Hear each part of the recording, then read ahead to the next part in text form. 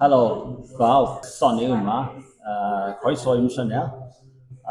Dwi yn eglwys Gymraeg canol Llundain, effo Manon, sy'n dod o Gaerdydd, yn radio. Fion, helo Fion. Croeso i'n syniad. Croeso i'n syniad hefyd. Fion, wyt ti'n dod o Abertawe yn radio. Manon, hoffwn ni darganfod mwy amdanoch chi. Fel wedys ti, fy enw i yw Manon. Rwy'n byw yn Llundain. Fi'n gweithio fel cerddor yn Llundain. Fy mhrif offeryn yw'r Delyn, sef offeryn cenedlaethol Cymru. Fion, wyt ti'n dod o Abertawe yn radio? Ydw. So dwi'n dod o Abertawe. Dwi'n astudio lan yn Llundain ar y foment, yn astudio peirianneg biomeddygon. So dwi'n dod i diwedd fy astudiaethau nawr, felly, Manon, oes gen ti llawer o gyfleoedd siarad Cymraeg bob dydd yn Llundain?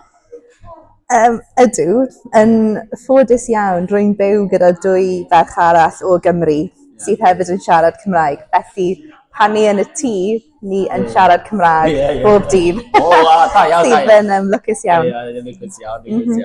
Fion? Tyma bach yn wahanol.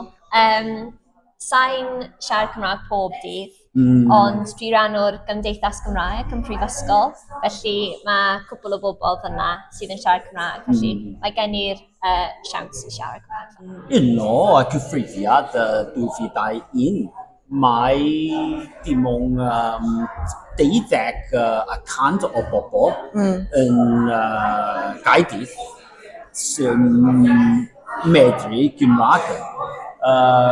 Felly, wyt ti'n poeni am diffodd o iaith Cymraeg yn Gaerdydd?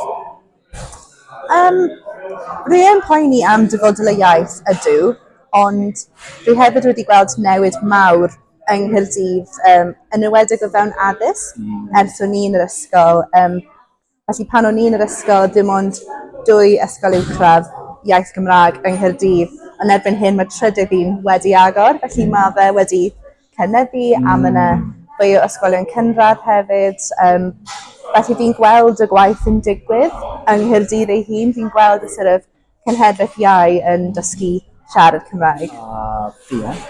Mae'n debyg yn Abertawe. Does dim lot o bobl yn siarad Cymraeg, ond dwi'n gwybod bod ysgolion iau yn dechrau cael mwy o bobl eisiau rhoi plant nhw mewn i addysg Cymraeg, sydd yn dda, felly gobeithio bydd dyfodol mwy o bobl yn siarad Cymraeg. Fion, Manon, a hyn o bryd da chi'n byw yn Llundain, dwi'n credu mae gennym chi llawer o brofiad am y iaith Gymraeg yn Llundain. Fe dwi rannu di brofiad effo'n cynulleidfa ni am y iaith Gymraeg yn Llundain. Fion? Felly dwi wedi bod yn Llundain am 3 mlynedd. Felly, wnes i ddod lan heb ffrindiau, doedd dim cymuned lan fan hyn. Felly, wnes i dod i'r eglwys, so wnes i cwrdd â llawer o bobl Cymraeg sydd yn siarad Cymraeg. A wedyn, mae'n dda i mynd i llefydd fel y Canolfan Cymraeg sydd yn gwneud wahanol gweithgareddau, fel wylio rygbi, pêl-droed, a cwrdd â ffrindiau newydd. A hefyd mae'r Gymdeithas Gymraeg yn Prifysgol sydd yn gweithio gyda prifysgolion eraill i gwrdd â pobl sydd yn siarad Cymraeg. Felly mae'n cymuned neis fach gyda ni lan fan hyn.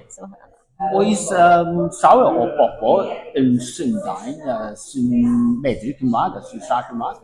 Dwi wedi cwrdd â llawer o wahanol bobl.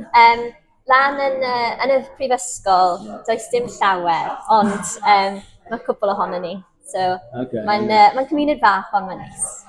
Okay. Mano?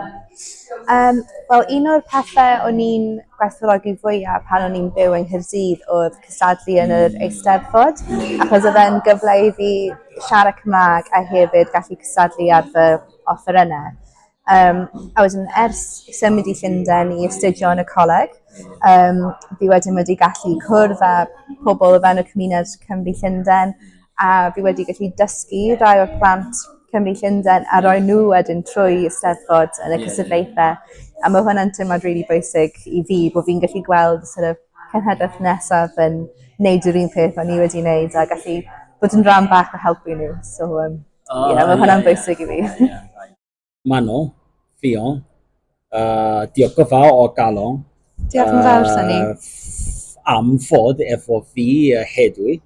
Am sgwrs arbennig. Diolch yn fawr, Mano. Diolch yn fawr. Yeah. Diolch yn fawr i ti hefyd, Fion.